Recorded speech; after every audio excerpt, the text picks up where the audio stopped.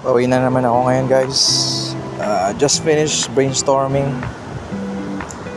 Yan, nilinis ko na rin yung channel ko ulit kasi yan, based sa mga tips na binigay ng mga sikat na vlogger sa YouTube. It's more on quality dapat sa ating mga ginagawang videos. So nilinis ko, in-unlist ko lahat ng mga video na hindi dapat nandun. Tinira ko lang yung nag-iisang video na nag-trending na alam ko pinaghandaan ko yun. Yun yung ginawa ko na script. Tapos nilagyan ko talaga ng plano yun. Pero hindi siya ganun kapino kasi bagong-bago ako na nag-aaral mag-vlog eh. Kung ko napatunayan talagang effective na effective talaga yung may planning ka sa paggagawa mo ng content mo. Hindi mahalaga yung marami kang upload. Kahit isang upload lang yan sa isang buwan, mahalaga may juice yung ina-upload natin.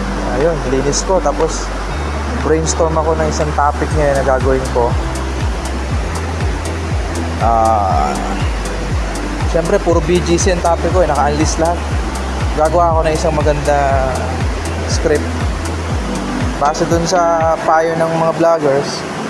Yung magagaling na vlogger, inuuna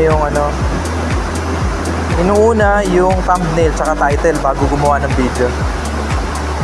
Ganun sila. Kaya sundin natin ang mga payo nila. Tingnan natin kung mag-work.